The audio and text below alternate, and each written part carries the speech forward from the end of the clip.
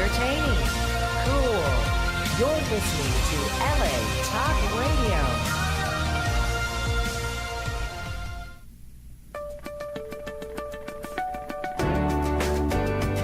You're listening to Answers for the Family with Alan Cardoza and Matt Polachek, only on LA Talk Radio.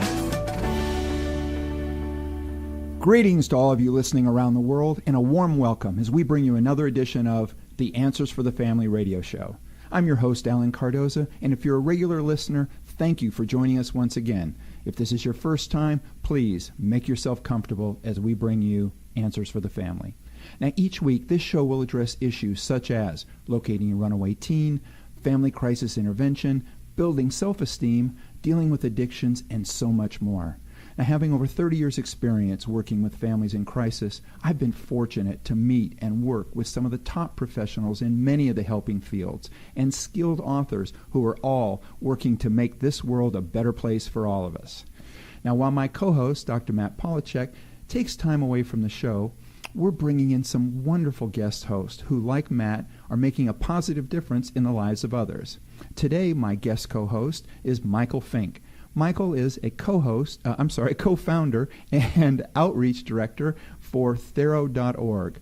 He has extensive experience in marketing strategies for clinics, hospitals, and treatment centers, and is passionate about stigma reduction into mental health and addiction treatment fields. Now, I'm also looking for some show ambassador listeners who will forward at least one of our shows to your social media groups and or to someone you know who can benefit from a particular subject. I truly appreciate it, and this is another way we can make a positive difference in the lives of others. Now, Michael, first I just want to thank you for being here on Answers for the Family and share with us a little bit about what is Thero.org exactly. Well, thank you, Alan. It's an honor to be on the show. Thero.org, in kind of the most succinct way I can put it, is a nonprofit community of treatment providers who are building a truly comprehensive national mental health resource directory. So that looks like everything from psychologists to psychiatrists to treatment centers, crisis lines, advocacy organizations, nonprofit organizations, you name it. We want to be kind of a hub for anything and everything mental health. And there's really two parts to Thero. There's the publicly facing resource directory, which is it's free, and it's ad free. It's distraction free. We don't believe in monetizing the public's attention. But then there's also a private online back-end network for clinicians to communicate, collaborate, and connect, because there doesn't really exist a platform like that as it stands now. And they can post and search for referral requests, also promote therapy groups. They can even post office space or job postings as well, so if that makes sense. So yeah, no, it makes perfect sense. And it's actually one of the reasons why I wanted to get you on the show as soon as possible was to really thank you and your team of mental health professionals for providing the pro bono sessions for those affected by the recent shooting in Las Vegas. So share with our listeners about what the Affordable Therapy Project is. So the Affordable Therapy Project is an initiative within Thero that we launched. And one of the big pieces to our mission of Thero is to connect people to mental health help. About 60 to 70% nationwide of those who meet criteria for a mental health disorder don't seek help. And so our big mission with the Affordable Therapy Project was to make therapy more affordable, and affordability happens to be one of the biggest impediments to people seeking help. It still is the number one actual impediment to people seeking help. So, and the initiative was, the inspiration for the project came out of recent discussions with providers in Charlottesville, Virginia, who found it difficult to mobilize a response to victims of the two white supremacist rallies this past summer. And so the Affordable Therapy Project specifically really focuses on survivors of national crises, victims of natural disasters, and high-risk populations. And those high-risk populations could look at domestic violence, first responder traumas, incest and rape survivors, and so on. And Las Vegas attack is just another one of many that we've seen this year. And so in those particular populations, it's even higher. So the extent to which they seek help is even lower than the average, which is around 60% nationwide. So our goal, again, with Thero one of our big goals is to connect people to help. The Affordable Therapy Project does that directly by collaborating with mental health professionals willing to provide pro bono sessions to survivors of these national crises, victims of natural disasters in high-risk communities.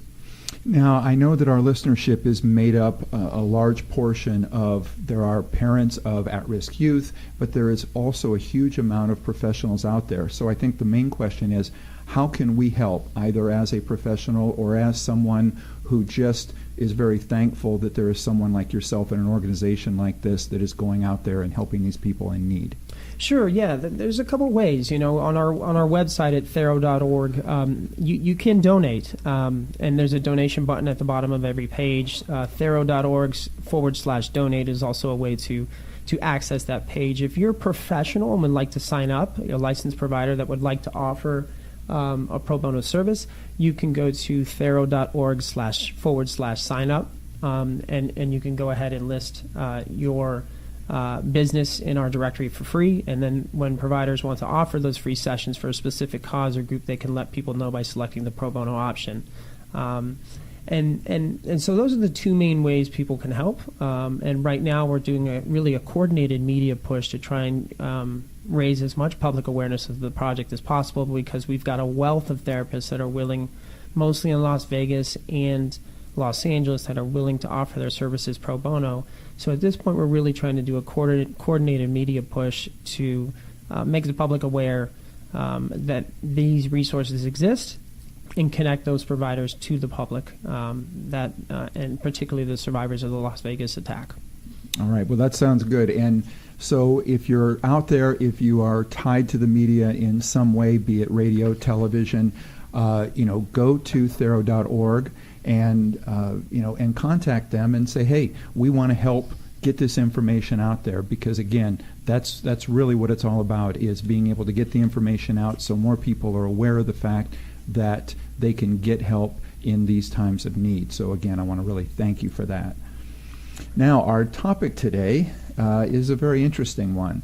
It is narcissism. And I know that when we think of narcissism, we think of a flagrant self-regard that distorts relationships and that, given the grandiose view of oneself and one's abilities, consumes all the oxygen in the room, almost any room.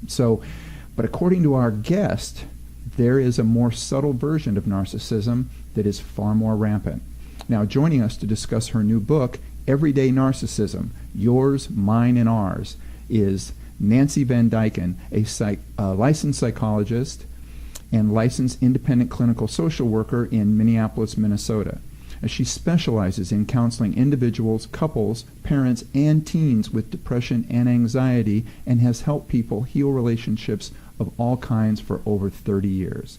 And Nancy is also a trainer and speaker at workshops, seminars, and conferences where she shares her wisdom and passions for healing relationships. Nancy, welcome to Answers for the Family. Thank you so much for having me on.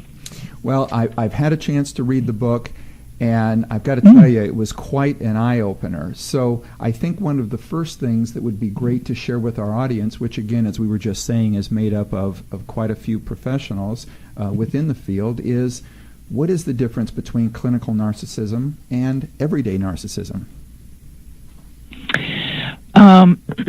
Well, the narcissism that people generally throw around quite easily is mostly concerned with a personality disorder form of narcissism where, as you said, individuals want to be the center of attention. They struggle with someone challenging them, accusing them of being wrong. They always have to be right, perhaps quick to temper, but that's not what I'm talking about at all. I'm talking about everyday narcissism that affects you and me and your listeners out there because of 5 core beliefs that we are taught beginning under the age of 5 that drive our behaviors, emotions, and thoughts for the rest of our lives. And these core beliefs or lies, which are reinforced daily and everywhere, create a great deal of hardship, heartache, and wounding. The good news, and this is what's really important, is all those wounds can be healed.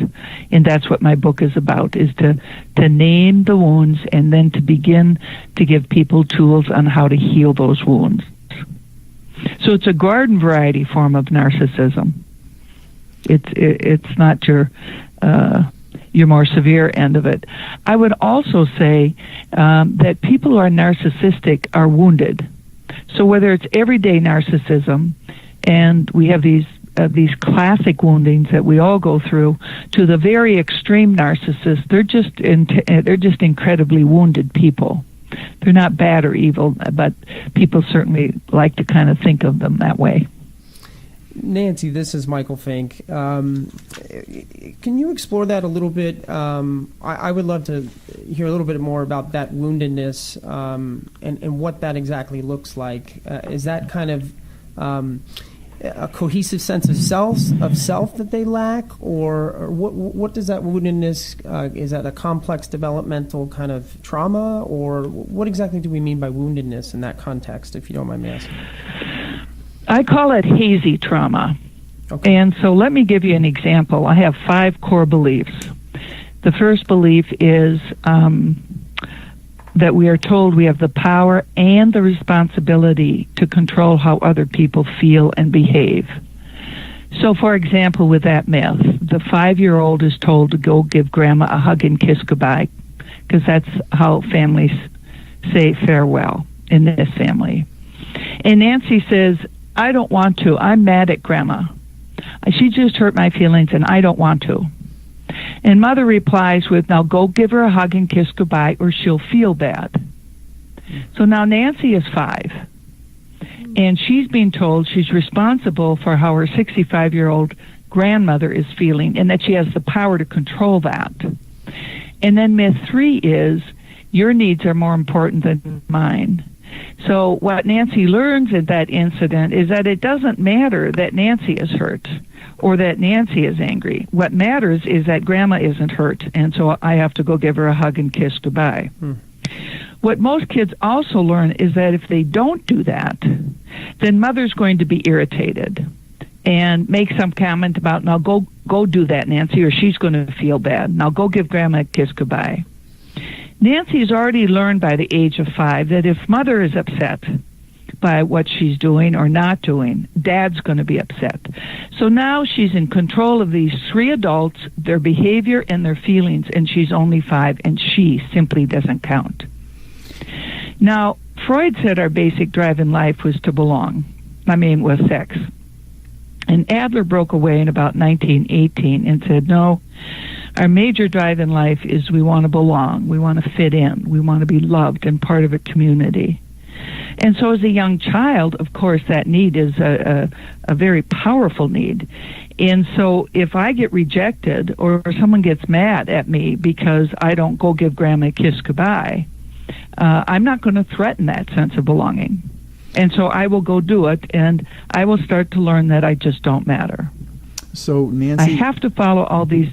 Yeah. Oh, no, I'm just going to say, so in that example of with the grandmother, what would you suggest that the parent in that situation do? How should they handle that particular situation so that they're not sort of spreading that myth to the child that they're responsible for Grandma's mood or behavior? Well, I think it's always important to treat people with respect and kindness. So I would encourage Nancy to go up and say, well, it's okay if you're upset with Grandma and you don't want to give her a hug and kiss goodbye, but you need to go up to her and say goodbye, Grandma, just out of respect for someone who's visited our home. You need to go up and say goodbye. Okay. That's how I'd respond. So it's kind. Go ahead. Well, I was thinking of a client of mine who's a teacher, and he got about halfway through the book before he came to his next session, and he said, Nancy, this everyday narcissism is everywhere. I said, yes, I know. And he said, well, I was at school, and a 5th grader came up to a teacher and said, Mrs. Johnson, I don't have my math done for today. And he heard the teacher say, oh, Johnny, I'm so sorry. I'm so disappointed you don't have your math done. So the teacher is implying that the student is responsible for making the teacher feel disappointed. And it's not really the student's job to make sure the teacher isn't disappointed, but we do teach that. So when the student came into his classroom and he told him he didn't get his homework done, he just looked at him and he said, Johnny, that really concerns me, because what we're going to learn today in math is going to be based on what we learned yesterday, so I'm concerned it's going to be difficult for you today. We're going to have to find a way to make sure you get yesterday's homework done so you can catch up today. So one sends a message of caring and what we can do moving forward, and the other one is shaming. To say, I'm disappointed in you, is one of the most, in my point of view, damaging things you can say to a child.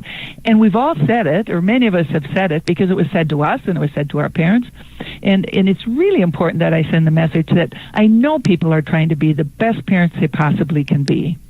But it was taught to us, as it was taught to our grandparents, as it was taught to their parents. So it just gets passed on generationally. Sure. So in some sense, Nancy, it's incumbent upon the individual, the teacher in this sense, to model a certain type of behavior, to frame it a certain way, in order to kind of eliminate the possibility that it's I guess, does that make sense? Yes, and what I try to stress in my book is that our wounds get triggered all the time by other people. And our tendency, myth 2, is, well, if I'm busy making you happy, then by George, you're supposed to be busy making me happy, and if you don't, I'm going to let you know. And so the teacher was in myth 2, telling the student, your job is to make me happy, and you just disappointed me. So I think what we need to do is heal our own wounds, because you hear it often enough that your needs and wants don't matter. You hear it often enough that you're not lovable enough unless you take care of everybody else on the planet. You get pretty wounded. So as we heal our wounds, then we stop creating wounds in other people. Yeah, and it's really important we don't judge ourselves. Yeah. No, and I think that makes perfect sense from the standpoint that we need to focus on ourselves. Now, going on the basis that most of us that are listening have already gone through being raised, so if we did take on some of these myths, as many of us have, we already have it instilled in us. So what advice would you give to someone who may have bought into the myths in the past and now doesn't really trust the messages that they're getting from their own body? Okay, those are a couple good questions. One is, the obvious would be is if you read my book, you would get skills and tools to heal the wounds that you've been given. The second thing is that we need to start to listen to the wisdom in our body, but we are so trained out of listening to that wisdom that we create our own unhappiness as we age. For instance, one of the hardest assignments that I might give somebody is to say, please, someone makes a request of them and they say, no, that won't work for me. One of the hardest things for clients to do is to count their needs, count what works for them, and to say no, because we are so fearful of being seen as uncooperative and unlikable and not a team member. So we have to put our needs on the shelf because we so badly want to belong. It might take one of my clients 3 months to say twice a week, no, that won't work for me. We're so used to saying yes, and then it might be a minute later, or it might be 3 days later that we connect with our own body that says, what the heck did I agree to that for? Man, I don't want to do that. So it takes time to learn to listen to that wisdom, because we've been trained not to. If we want to belong, we've been trained not to listen to that wisdom within ourselves. So Nancy, it sounds like there's a strong sense of boundary learning that needs to happen there, and I'm curious what that looks like when you juxtapose that to kind of making connections with other people, which I think is an important part of life, and I think that's kind of what I wanted to ask you in the next question. What forms the foundation of everyday narcissism? But to juxtapose kind of the boundary setting, but then at the same time making those intimate, meaningful connections with other people that are kind of form the foundation of I think happiness. Absolutely. Good question. Yes, I have a whole chapter on boundaries in my book, and how we've learned not to have them. But if we don't speak our truth, there's also a chapter on how we're taught how to lie. For some reason, they're called little white lies, and that makes it okay. But every time we're not honest, we disconnect in a relationship. So I talk about the importance of honesty with graciousness, and to set our boundaries with honesty and graciousness. So if someone says to me, let's go out to dinner, and I say, good idea. How about if we go to this Thai restaurant over here? I could go, oh man, I don't want to go to the Thai restaurant. I don't like Thai food. Or I can say, I really don't care to go to Thai food. However, I really want to go out to dinner with you. How about a Mexican restaurant? Or how about a Greek restaurant? Or what other kind of restaurant would you like to go to?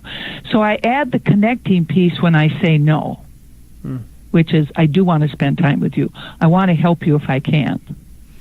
How many listeners, and including ourselves, when someone at work has asked us to help them, and we say yes, and then we go, doggone it, I'm so far behind myself. Why did I say that? Better to say, Sue, I'd really love to help you. However, I'm buried myself. However, if I get my work done today, I'll come to you and see if you still need some help, because I would like to help you out. Yeah, it sounds like what you're saying is to find a balance, because if you just blurt out no and you don't do anything with anyone else, you're sort of isolating yourself. But at the same time, if you just say yes, you're constantly doing for them and not really taking care of yourself. So I think for all of us, exactly, it would be finding that balance of making sure that you take care of yourself, but at the same time, we are people, as you've said, that we do have a need to belong, we have a need to be loved or to be liked. So it would be find that balance. Exactly. And I always say, if you listen to your truth, and you speak with graciousness and kindness, that there usually won't be a problem in the relationship. However, if you have spent many years taking care of everybody and ignoring yourself, and you start to say no, some people will go away. It's true, because they want you to take care of them. However, what I have found is that my friends want me to give them the truth. How many years did I spend when making a decision with a friend saying, now, you sure we don't have to go to this restaurant? We could go to this other restaurant if you'd prefer. I really don't care. Or, we don't have to go to this movie, because I'm not trusting that they're being honest with me. So when you're honest with people, there will be people who are grateful for that they don't have to second guess what you want and how you feel. And those are the people that are your true friends. There will be people that won't like it. There will be people that go away. But the people that hang around are your real friends. They're the ones who really like you for you, and not just what you can do for them. Sure. And Nancy, I guess dovetailing off of that, do you believe, that everyday narcissism can encourage resentment? And what relationship does that play between those two? Again, that's a good question. Yes, if I don't speak my truth and I don't keep my boundaries, I get resentful. And I might think of things like, after all I've done for you, the least you could do is this. Mm-hmm. Is that so much to ask of you? I've given in to you. The least you could do is do that for me once in a while. So yes, absolutely, the bitterness can come in, the martyrdom can come in. And if anyone lived with a martyr, which I did, and I vowed I wouldn't become one, and then I became one. And I've been resigning from that position for several decades now. They're no fun to be in a relationship with. Sure. Yeah. Now, I know earlier you spoke a little bit about, about lying, and in the book, you write quite a bit about that many people lie to survive. Why do you think we do this? And give some examples. Well, belonging is paramount in our lives, I believe. And so I have a very capable 38-year-old man who has a degree in electrical engineering. And he was terrified to tell his dad he didn't want to work for his company anymore. And he told his dad that he wasn't going to work for his company anymore, but his dad kept calling him back when he had engineering problems. And my client had a really, really hard time saying no to him. In fact, it took him 9 months to say no. So his lie was that he went and helped when he didn't want to help. Mm-hmm. I write in the book about the lie of omission. Lots of times we lie by what we don't say. And I say a great example of that is ask the man whose wife has had an affair. It isn't what she said that was the lie. Yes, people went out after work and had dinner and blah, blah, blah. But what she didn't say is that she and John then went out and went dancing and got a motel room. And so what we don't say can be as much of a lie and a disconnect as just a point-blank lying about something I want to do or I don't want to do. Mm-hmm. I'm not sure I answered your question, though. Did I? Well, I think you did. Okay. Okay, but now, does this kind of lying also include lying to ourselves? Yes, and that, of course, is the greatest lie of all, is not being honest with ourselves. I work a lot with women who are in abusive relationships, emotional and or physical, financial, spiritual abuse. And in order to stay, they have to live in a fantasy of what could be. That's one of the greatest lies that goes on, is the fantasy of what our relationship could be, rather than living in what's really going on today, and where's the cancer in the relationship, and what do I need to address? What do we need help with? The lie of the addict who minimizes and rationalizes and deny. Great example of how lying to ourselves. A very common lie is, I don't matter.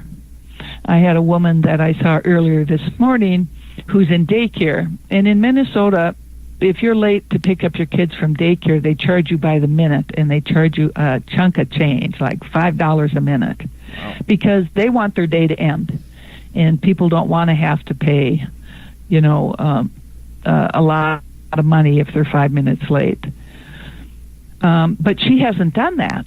And so we were talking about her lack of boundaries and the lack of care for herself. And she said, yes, I always want to be seen as reasonable. I want to be seen as reasonable and flexible, and then people will like me. So that's her lie to herself, that she doesn't matter.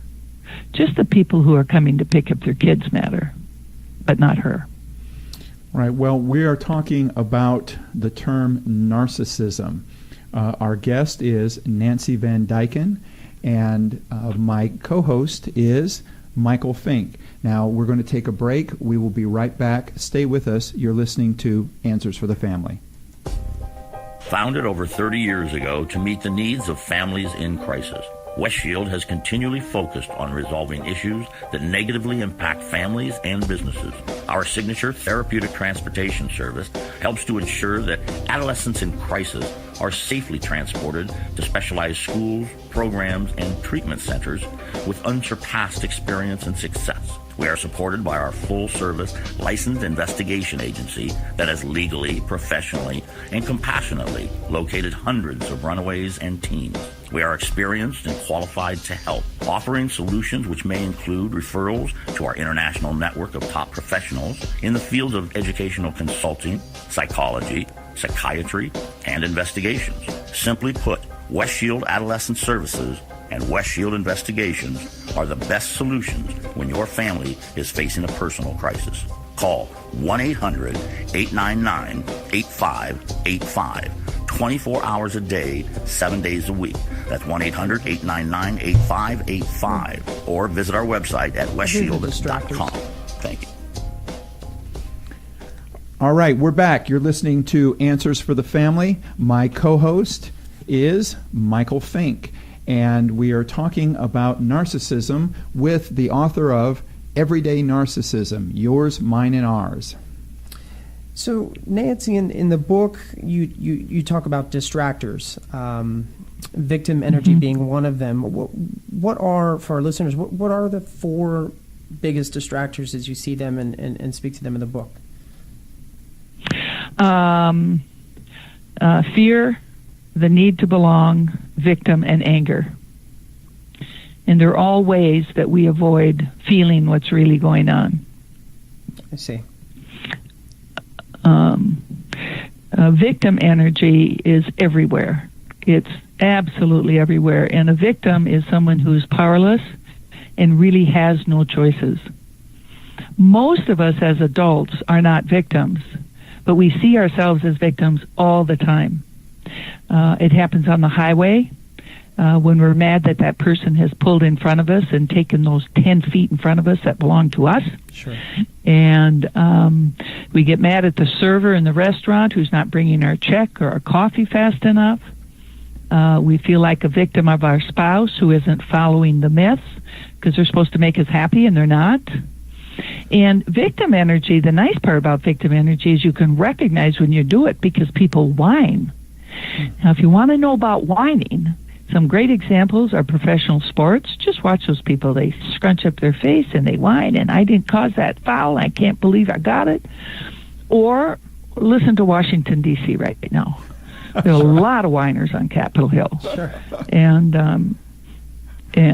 Well, it's everywhere. And because it's everywhere, we have lots of permission to whine. So when anybody complains, gossip, whines, goes into poor me, they're in victim energy and they're not taking responsibility for the choices that they're making that's created this life.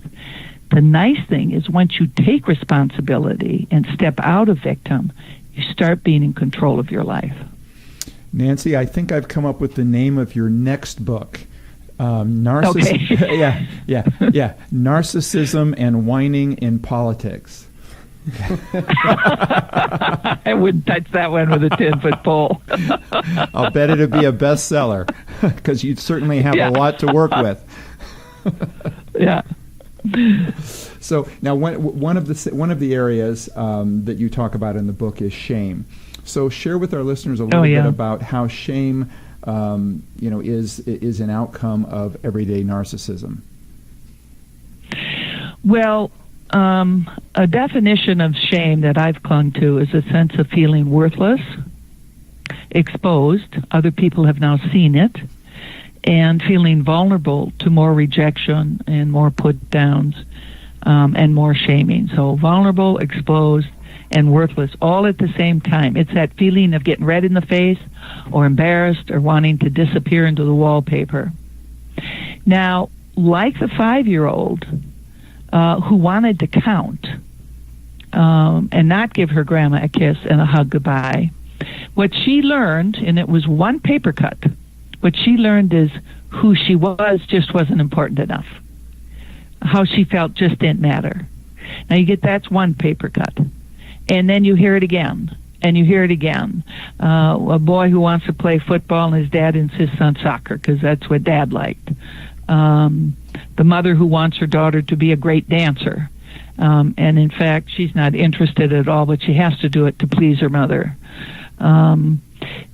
Every time we're not counted as children, we get a sense of shame, and I describe it as a paper cut. And as you know, I'm assuming you've had a paper cut, they really hurt. Mm-hmm. And you get one paper cut after another, and pretty soon you got a pretty sizable wound. So a common wound that leads to shame is not feeling listened. See, that Nancy didn't feel like she was listened to. And so when you get in a relationship and your partner isn't listening to you, that wound gets triggered and people can get really angry. You're not listening to me. Now that wound is very old, but that the scab is being picked off that wound, so a lot of anger can come out. But it's related to the shame. We build self-esteem by people counting us, listening to us, caring about how we feel, and those 5 myths just keep telling us we don't matter. We're not lovable as we are. We have to follow those lies, those myths, and then we'll become lovable. One of the things I've said to so many of my clients is, have you ever raised a puppy? And they say yes. Did your puppy ever do it wrong? Pee on the floor, chew your favorite chews? Did you stop loving them because they made a mistake? No. But so many of us get afraid to make mistakes because we won't love them. Sure. And so we're afraid to let people see who we really are. And that's shame-based. Sure, and Nancy, that kind of dovetails nicely and segues into the question that I had next, which what impact does everyday narcissism have on our relationships? And I, you gave a great example there. Are there any other kind of concrete examples that you have that are maybe a little different in scope, but where everyday narcissism does have the impact on our relationships in other ways? It's huge. It's huge because you see, when you understand everyday narcissism, what somebody does, you totally understand it has nothing to do with you. So, if someone gets mad at you, I had a client whose daughter got mad at her because she didn't make the mashed potatoes right. If you loved me, you'd make the mashed potatoes the way I like the mashed potatoes. Well, the mother made the mashed potatoes the best she could. In fact, her son-in-law helped her figure out, are they whipped up enough? Are they moist enough? And they both decided yes. The daughter, however, said, if you loved me, you'd make them more moist. You would remember. But you see, how the mother made the mashed potatoes had nothing to do with the daughter. But the daughter decided it was about her. And so she got really hurt. So when people can start to understand that what other people do has nothing to do with you, I rarely get hurt anymore. I might be sad by something that happens or disappointed that something's happened, but I rarely get hurt anymore because the wounding is healed and I understand what others do is about them. So many abused women take on the responsibility, well, if I'd had dinner on the table, my husband wouldn't have gotten mad and shoved me into the glass table. Well, if I kept the kids quiet, he was trying to watch a movie, then my husband wouldn't have gotten so mad and sent the kids to bed at 6:30. You see, what we do with our anger is because of decisions that we have made. It isn't because of what anybody else has done. So my father was a man who I heard him get upset with me once when I started to do something dangerous around a table saw. And all he said in a firm voice was, Nancy? Otherwise, I never heard my dad get angry. And I was 38 years old when he died. But there are other people who decide it's okay to express their anger. They decide it's okay to call names. They decide it's okay to swear at people and make nasty comments. That's because of the decision that someone has made about how they're going to handle their anger. So when somebody gets mad at you and isn't kind to you, that is not about you. It's about that person and how they decide to handle their disappointment or their anger or their sadness. Does that make sense? Am I making sense? No, it makes perfect sense, and it's actually one of the things that I can recall telling my own children, when they would come home and say that, Bobby said this or Betty said that or whatever, and And I would say, well, is that true? And they'd go, no. And I said, so does it speak more about you, or does it speak about them? And they'll, right. they think about it, and I said, well, if it's not true for you, and then, I let them fill in the blank at that point. But I think you bring up a great point, is that when somebody loses their mind, over something, you just kind of step back and kind of look at it and go, wow, I wonder what they're going through. Because it certainly isn't an accurate, it isn't accurate about me, so maybe they're going through something.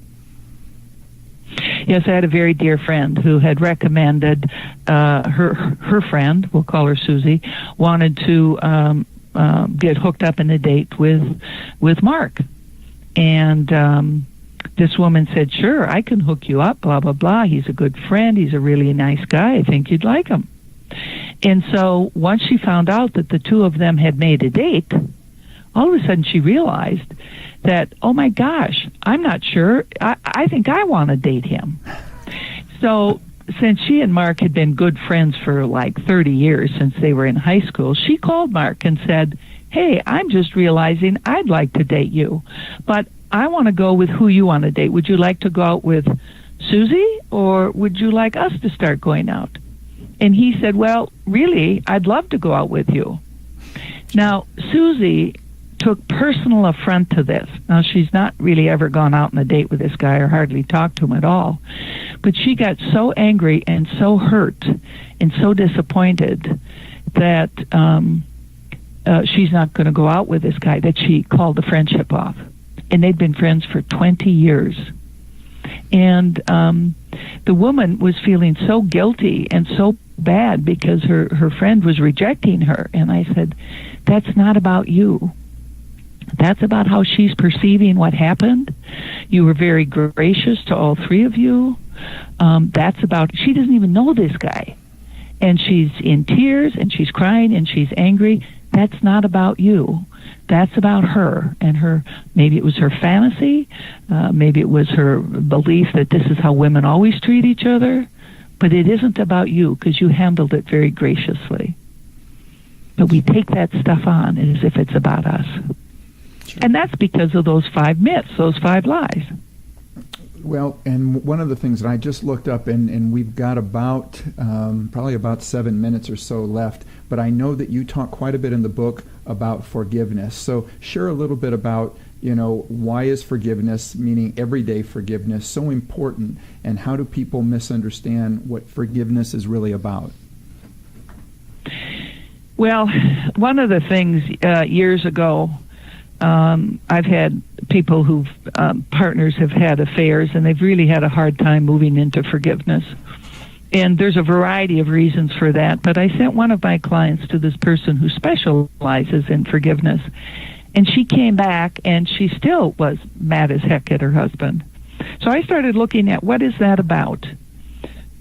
I believe that forgiveness is not possible when our heart is closed. And our hearts are trained to be closed at a very young age. We're not trained how to deal with our sadness and our hurt, our sense of not belonging, our sense of being unimportant. And so we go to anger, a great distractor. If I'm angry, I get hurt, I get angry, I feel disappointed, I get angry. And so our hearts are closed, which makes forgiveness absolutely impossible. So part of the book is about learning to name your feelings and then to start to take care of the feelings that come up. Without forgiveness, you have to keep replaying the story of how poorly you were treated. You have to stay in victim. To not forgive is to stay in victim of how horrible someone's been to you. And by nature, I think anger dissipates. So to keep that non-forgiveness from flowing in, or the forgiveness from flowing in, we have to keep reminding ourselves how terrible that person treated us, or those people treated us. And we have to keep that anger energy moving. It will dissipate by nature if we allow it. But then we have to be willing to feel our hurt and our disappointment and our embarrassment and whatever other feelings are going on. Sure. Now, Nancy, this concept of everyday healing in your final chapter you address. Would you mind explaining exactly what do you mean by everyday healing? Well, I think it's a process of using the tools to heal our own wounds, which means we have to be willing to feel them and learn to take care of them and to own them as ours.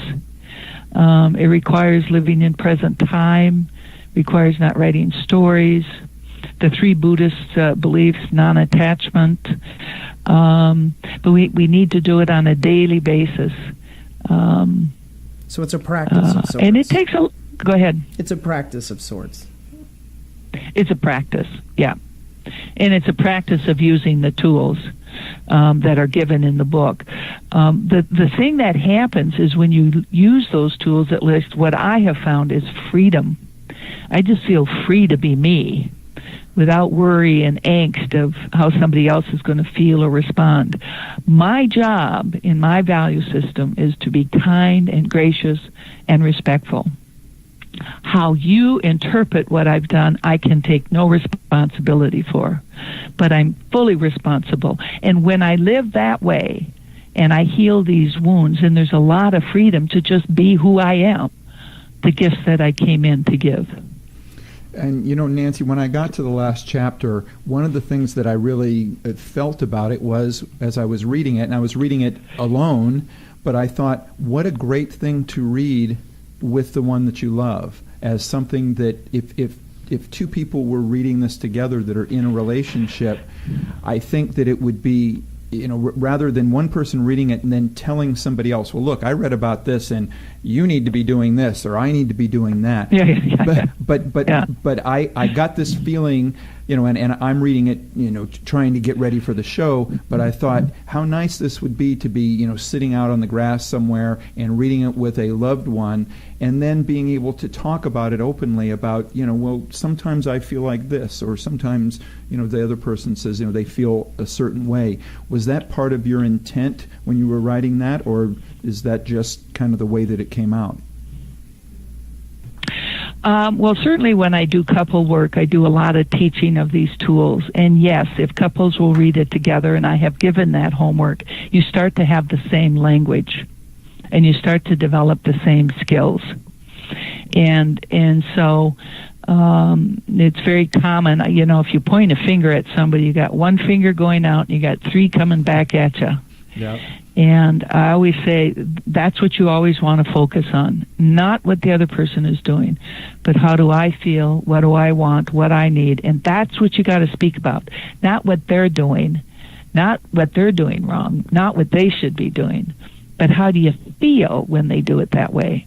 And as I said in my book, a lot of people say, I feel, and then they give you a thought. I feel that you shouldn't do blah, blah, blah. Or I feel like it would be better if... Those aren't feeling words. It really means getting good at the vocabulary at the back of my book, listing your feelings every day on what it's like to be you, so you can learn to really tune into your heart, because that's where your wisdom is. Your wisdom is in your heart, and then it has to be filtered through your mind. So we can't just have emotions running rampant, but they have to be filtered. Sure. So, perfect for couples to do, absolutely. Now, Nancy, as far as, you know, we may have kind of touched on this earlier, but as far as diving a little deeper into kind of who would most benefit by reading your book, and then, in addition, you know, where can listeners go for more information about the book? Okay. Yeah, well, I think everybody ought to read that book, because I think most of the population has everyday narcissism. Sure. I think that's just pervasive, and it's impacting all sorts of relationships, to ourselves, to our coworkers, to our partners, to our children, to our in-laws, everywhere. And you can find me and the information on the book at nancyvandyken.com or healingrelationships.com.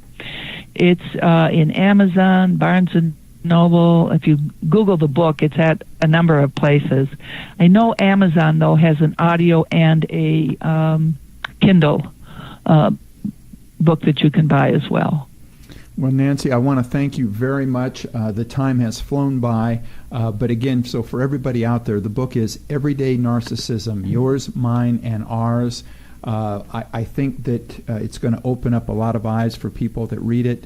So again, I want to thank you for coming on and really acknowledge you for talking about something that maybe a lot of people weren't that comfortable with, but I think you've really nailed it. So again, thank you. Thank you for having me on. I appreciate it. All right. And Mike, I want to thank you for coming on. And again, for everybody out there, and especially those of you that are professionals in the helping fields, Thero.org, check it out. It's something that can be very beneficial, either from the standpoint of your practice or just from the standpoint of being able to offer up some of your time to help a lot of people out there that could really use the help when they're going through a traumatic time. Thank you very much, Alan. All right. And for everybody, again, be good human beings and be with us again next week on Answers for the Family.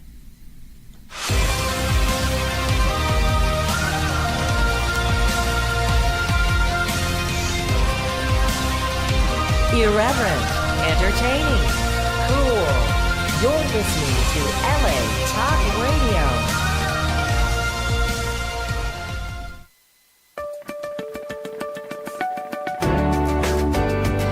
You're listening to Answers for the Family with Alan Cardoza and Matt Polachek, only on LA Talk Radio.